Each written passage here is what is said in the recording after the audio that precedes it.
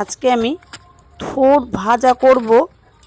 থোড়টা প্রথমে খোসাটা হাত দিয়ে ছাড়িয়ে নেব। তারপরে ওর মধ্যে একটা পাতলা একটা খোসা থাকে, সেটা হাত দিয়ে ছাড়ানো যায় না, সেটা বটির সাহায্যে ছাড়িয়ে নিতে হয়।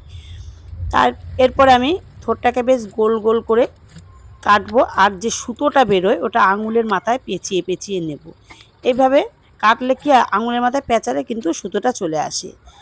এভাবে সবকটা থোড় এরকম গোল গোল করে কেটে নেওয়ার পরে এটাকে আবার আমি আলু ভাজার মতো করে কুচাবো। আলু ভাজার মতো করে কোচালে এটা চটকাতে সুবিধা হয়। এইভাবে আলু ভাজার মতো কুচিয়ে নিয়েছি। এরপরে থোড়টা আমি লবণ দিয়ে একটু চটকাবো। চটকালে পরে কি থোড়টা খুব নরম মতো হয়ে যায়।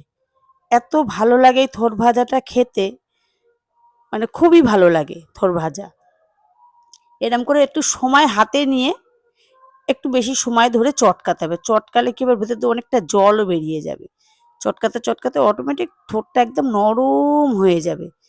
এত সুন্দর নরম হয়ে যাবে, মনে হবে যেন সেদ্ধ হয়ে গেছে, এরকম নরম হয়ে যাবে। দেখুন কিরকম জল বেরোচ্ছে, নিংড়ে দেখাচ্ছি আপনাদের। এর মধ্যে কিন্তু জল আমি দেইনি, ওই যে লবণ দিয়ে চটকেই কিন্তু এভাবে জল বেরিয়েছে।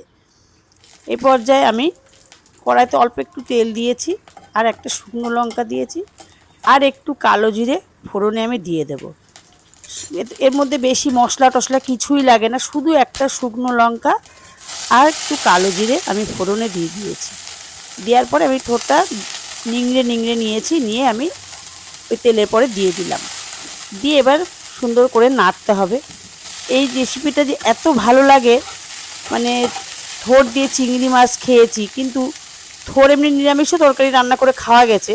অনেকেই কিন্তু নিরামিষ খায়, যারা নাকি মাছ টাছ খায় না। এই রেসিপিটা কিন্তু খুবই ভালো লাগে খেতে। লবণ কিন্তু আমি দিয়েছি, আগে দিয়ে চটকেছিলাম, সেটা বুঝে কিন্তু লবণটা দিতে হবে। কারণ আগে তো আমি লবণ দিয়ে চটকেছি, সেটা তো দেখলেনি। এই জন্য বুঝে লবণটা দিতে হবে। আর একটু হলুদ দিয়ে আমি ঢেকে দিয়েছি। ঢেকে দেওয়ার পরে গ্যাসটা কিন্তু মাঝারিভাবে রেখে আমি ঢেকে দিয়েছি। এই পর্যায়ে আমি কয়েকটা কাঁচা লঙ্কা এর মধ্যে দিয়ে দেবো চিড়ে।